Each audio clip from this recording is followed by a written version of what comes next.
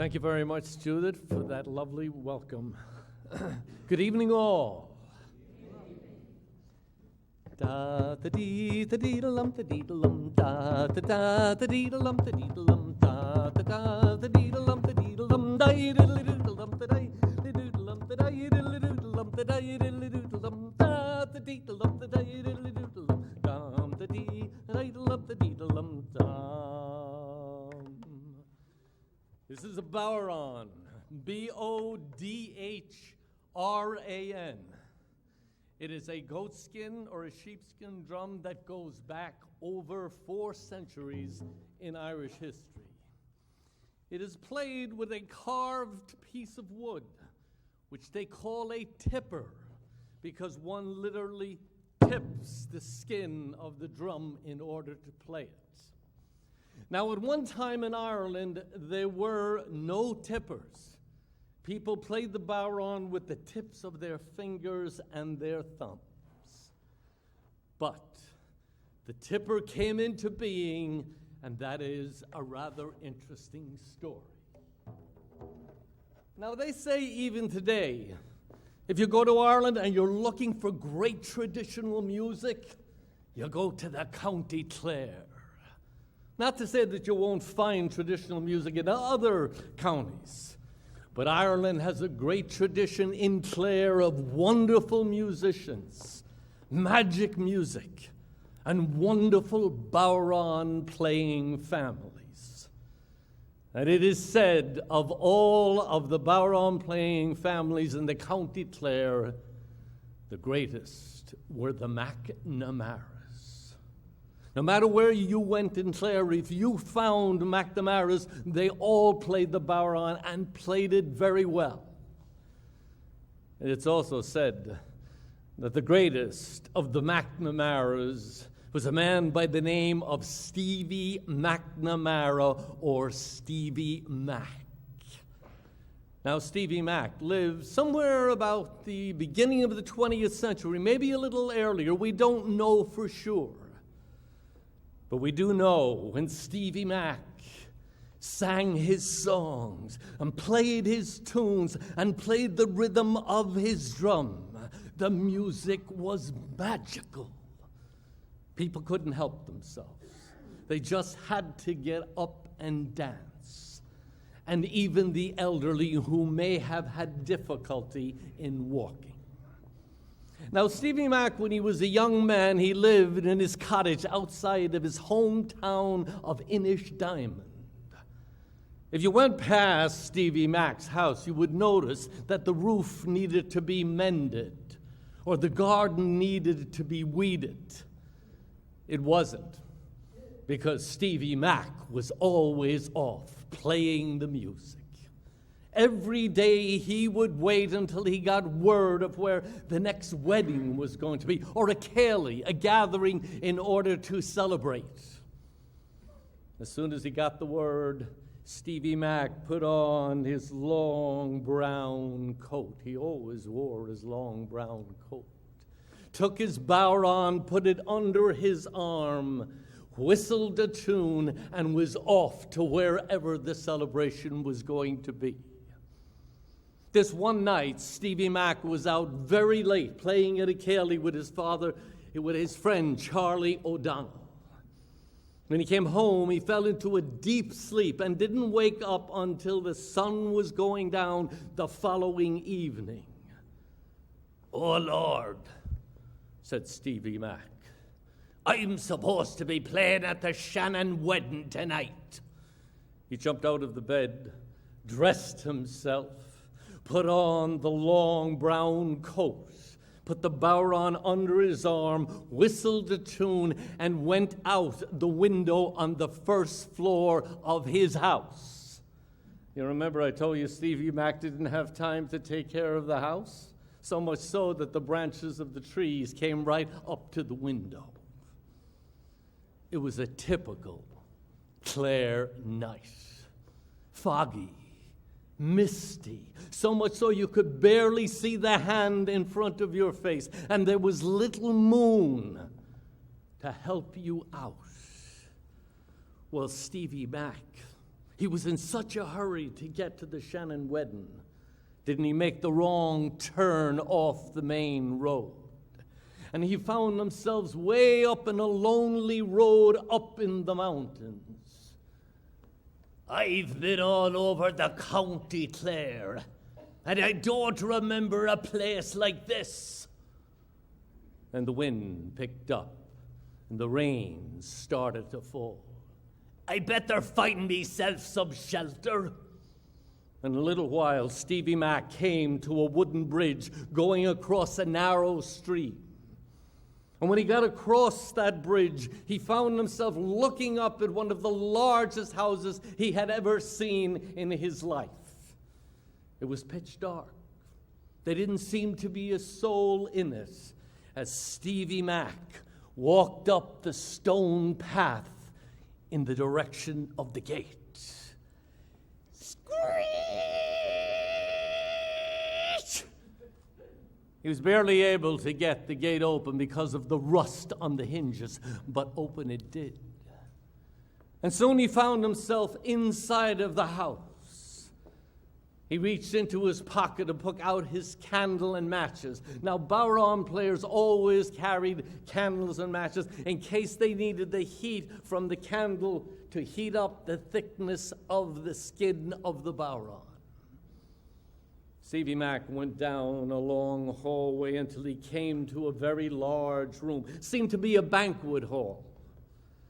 And at the end of it was a large fireplace with one single chair.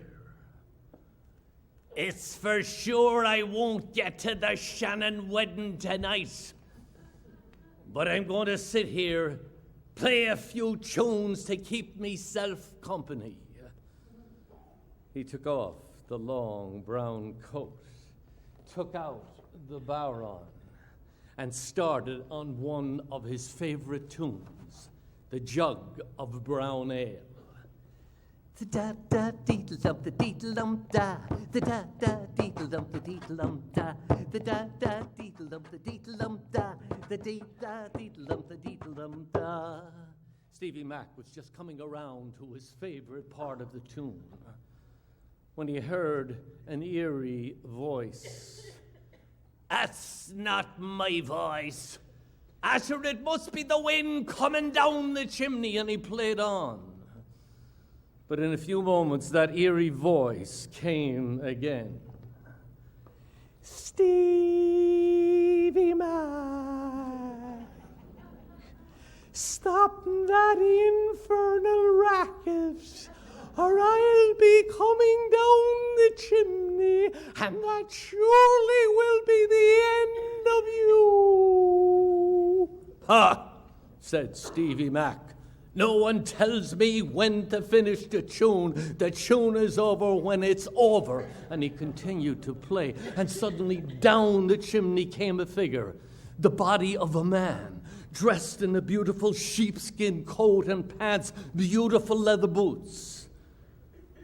But it had nothing around its neck, for you see, it had no head. But as surprised as Stevie Mac was, he continued to play on. And then the figure, taken with the magic of Stevie Mac's rhythm and his drum, started to dance around the floor.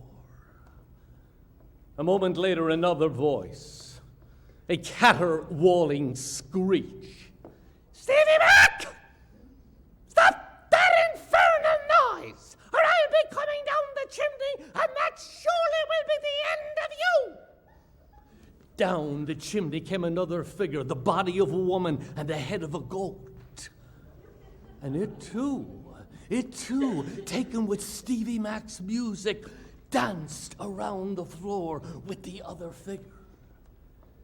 Now, by this time, Stevie Mac knew that there were two spirits in the house. But he didn't know how many more they might be, and he didn't know what they might do to him. And even though his hand was getting very tired, he switched over to one of his favorite reels. Farewell to Erin. Da da dee the diddle of the deedle da da dee the diddle of the deedle da da dee the diddle of the deedle da da dee the diddle of the deedle dum. A third voice, a howling wail. Stevie Mac, stop that diddle dumb infernal noise, or I'll be coming down the chimney, and that surely will be the end of you.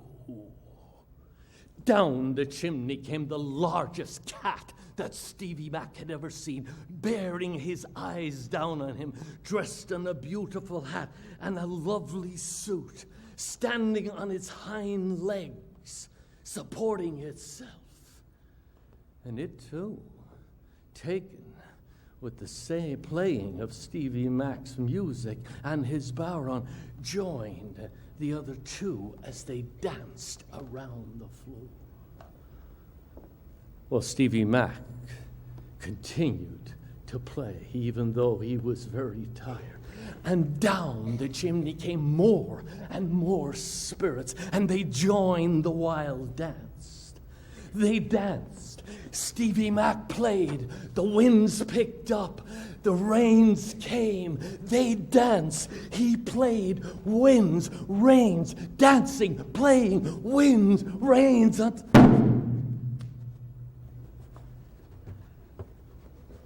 Stevie Mac was so tired, he could play no more.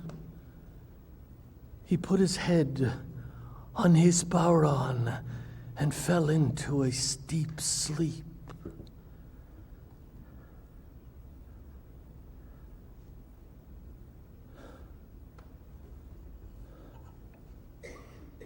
When he awoke and he looked around, and there, on the floor, all of the spirits, fast asleep, knocked out from their wild night of dancing. And as the light of the new day came into the room, each one of them arose and disappeared into the morning air. I didn't get to the Shannon wedding, but what a night I've had. He picked up his candle, put it out, put it into his pocket, put on his long brown coat, put his bodhran under his arm, and turned towards the door. And as he did, a chorus of voices greeted him. Thanks, Stevie Mac, for your wonderful music and the playing of your drum. We haven't had a night of music like that for such a long time. You see, we're the spirits that weren't good enough to go, but we weren't bad enough to go. So we've been locked here all of this time in a kind of a purgatory. But now, thanks to you, Stevie Mac, we have danced all of our wrongs away, danced all of our sins away, and can make our way peacefully up to heaven. But Stevie Mac, we noticed while you were playing, your hand got very tired. So we have a present for you. And there in front of him appeared this very unusual piece of wood. And an unseen spirit came, put it into his hand, and showed him how to play it on his bodhran. Good luck to you, Stevie Mac. And may the rhythms of the bodhran stay with you and your children and your children's children as long as there's music in Ireland. Well, when Stevie Mac got home, He showed everybody this unusual piece of wood, which they named a tipper, and how he had gotten it. And it wasn't long until almost every Bodhran player from County Clare to County Cork and back was playing the Bodhran with this stick. Now, there are still some people in the world today who still prefer to play this drum with the tips of their fingers and their thumbs. But the majority of us use this tipper. And it's all because of the night that Stevie McNamara got lost on his way to the wedding.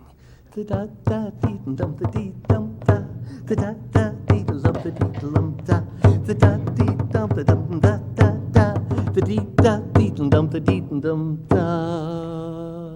Thank you very much. Thank you.